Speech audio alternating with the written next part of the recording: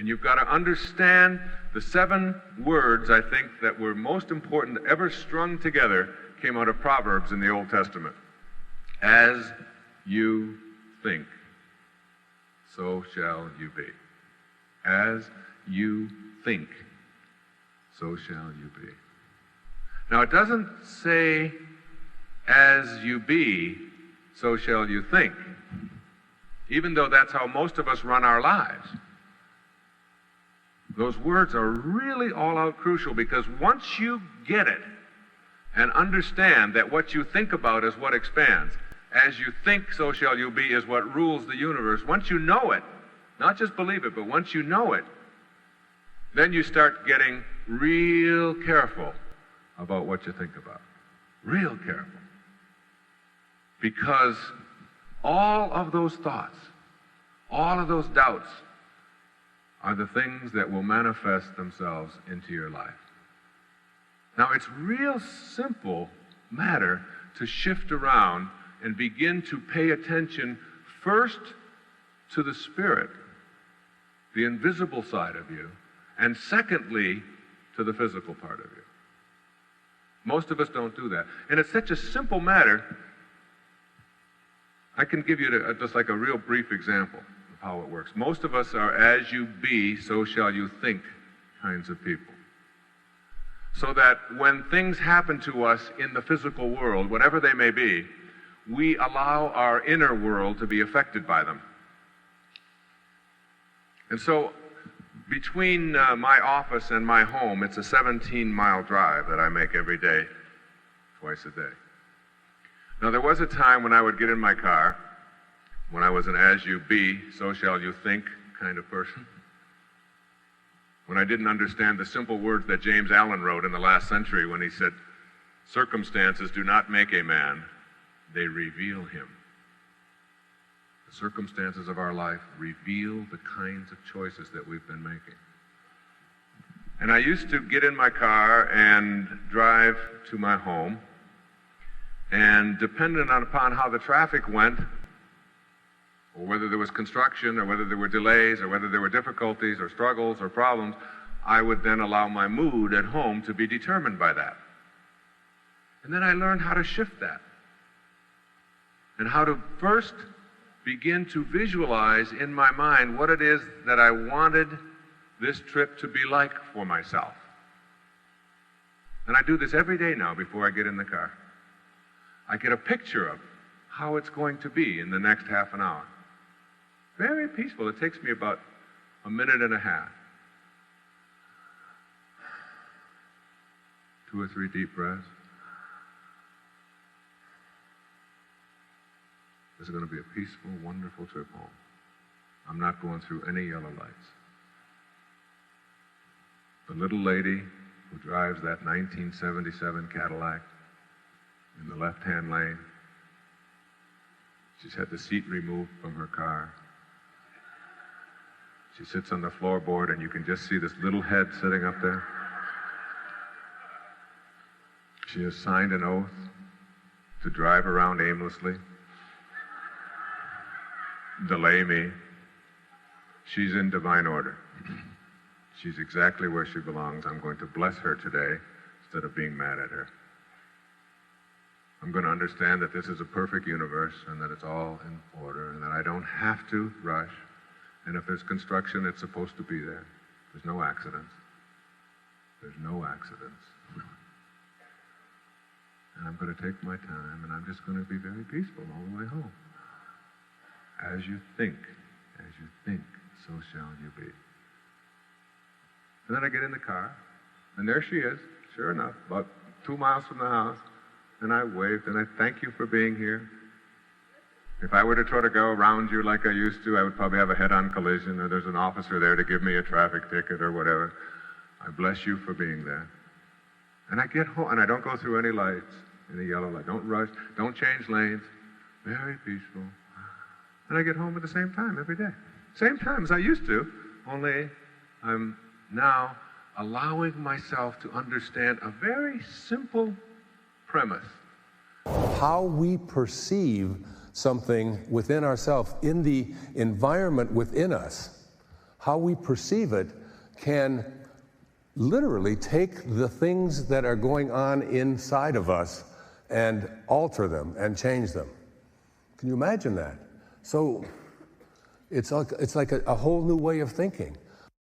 As you begin to more and more harmonize in this way, what happens is that you start elevating your thoughts so that the habit of how you think becomes more harmonized rather than a polarity with what you want to attract. It becomes harmonized with it, and it becomes your natural way of how you think all the time.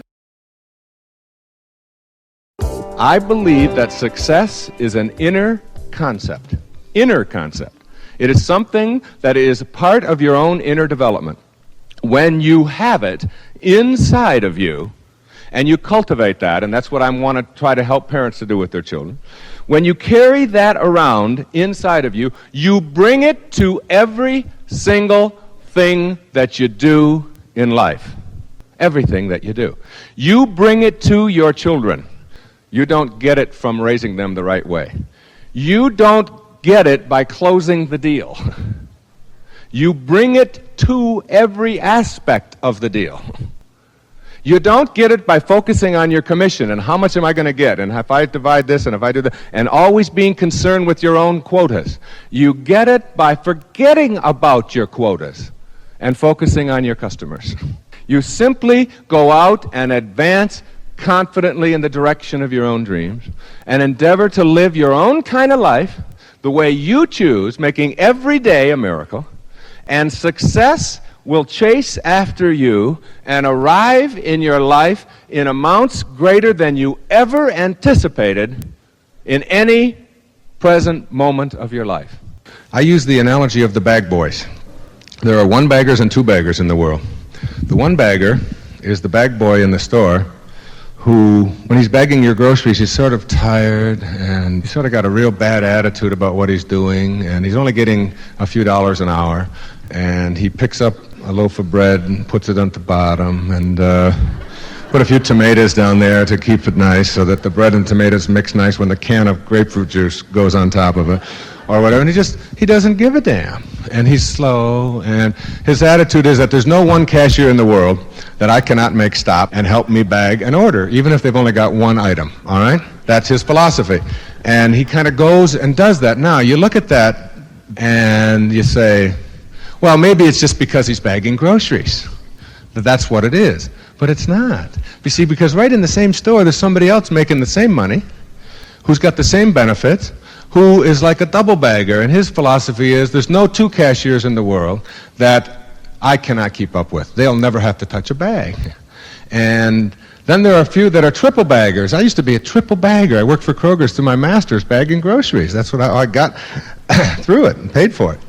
I used to make a contest and see if I could get 3 cashiers and bag for all 3 of them and say something pleasant to them and have fun. And the hour would go by like that, and the people would always want to come to my lines, and there was that kind of a fun thing. I look forward to doing it. Now, the one-baggers, 5 years later, they get passed over for a job promotion for manager of a store if they're still there. And they go home and they tell their wife that shouldn't have happened. They passed me over. They're prejudiced. They don't like me because I'm too tall, or I'm too short, or I'm the wrong color, or I'm the wrong size, or I'm a female, or I'm a male, or whatever it is. They've got their reasons, you see.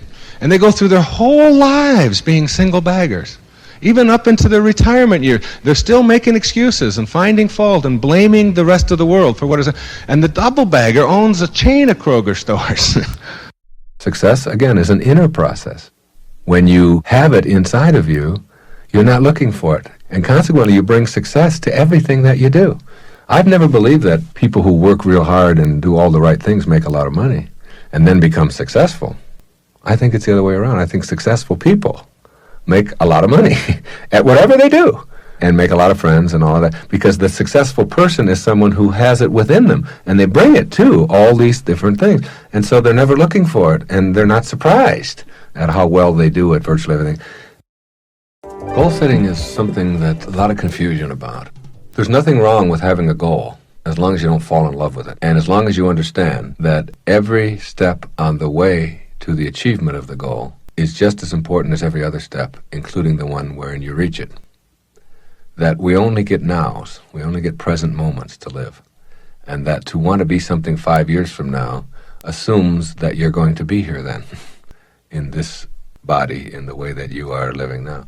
And that's a very blatant assumption, that if you always have that 5-year notion, there will come a time when you won't be able to achieve that. When I said that success is an inner concept, so is happiness, so is love, so is approval. If you think that you're going to find fulfillment if you set a goal out there, and then you work real hard for that goal, and when you get there, you'll finally have it, your life is all this striving. What you need is a psychology of arriving, not striving. You know, you're thinking about what I'm going to do and I'm going to get here. Meantime, every one of these days are your life. This is all you get. So the goals, while there's nothing wrong with goals at all, it's like every step along the way is just as important to savor as arriving here. And if you're only goal-oriented and only striving, you're only about halfway up the ladder of no-limit people. You are always going to suffer from the disease of more if you only have goals to arrive at in the future. Because this becomes your life, this striving. And when you get here, you don't know what to do with this. You don't know how to handle what you've got. So then you upgrade your goal. You say, all right, I'll have 200,000 in the bank instead of 100,000. And now your life becomes more struggling, more suffering, more trying to get there. And you get here, and then all of a sudden you look around and you're an old person. And you say, what happened to my life? You see, the more you operate from goal setting in the sense of repairing deficiencies, the more your life becomes one of striving. Your life becomes a striving. And when and when you arrive at the place where you want it to be, you don't know how to be there because your whole life has been striving. If it's a week from Thursday you're looking toward, whatever it is, that party or the bank account that you're going to now have the amount of money that you wanted in it, and you finally get there after all the struggling, and then Thursday arrives, you don't know how to deal with that because your whole life has been in anticipation of, and so when you get there, you suffer from this disease called more. And I've got to get more of that.